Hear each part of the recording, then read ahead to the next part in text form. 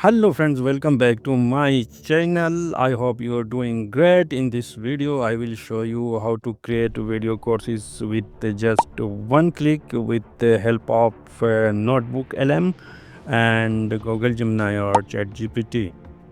As you know, sometimes Go video editing is take a lot of time, but now thanks to AI the same work can be done in just few minutes. This method is very helpful for teachers and people from other fields as well.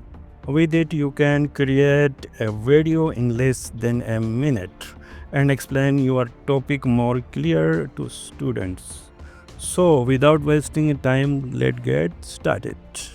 First of all, open Google Gemini or ChatGPT and enter your prompt. For example, I am going to create and short course about climate change from for my students and hit enter.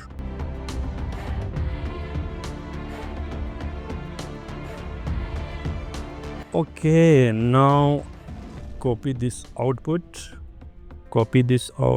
right now. Okay, and open NotebookLM. As you can see here, first of all, please make sure your language. Click on setting and then output languages. As you can see here, I set language to English. Here, as you can see here is a lot of languages including Urdu and Hindi as well.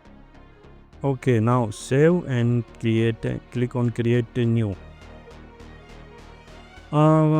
On here you can use multiple options. For example, you can use Google Drive, Google Docs, and you can also paste any website URL and YouTube video as well, but I am going to paste my text here.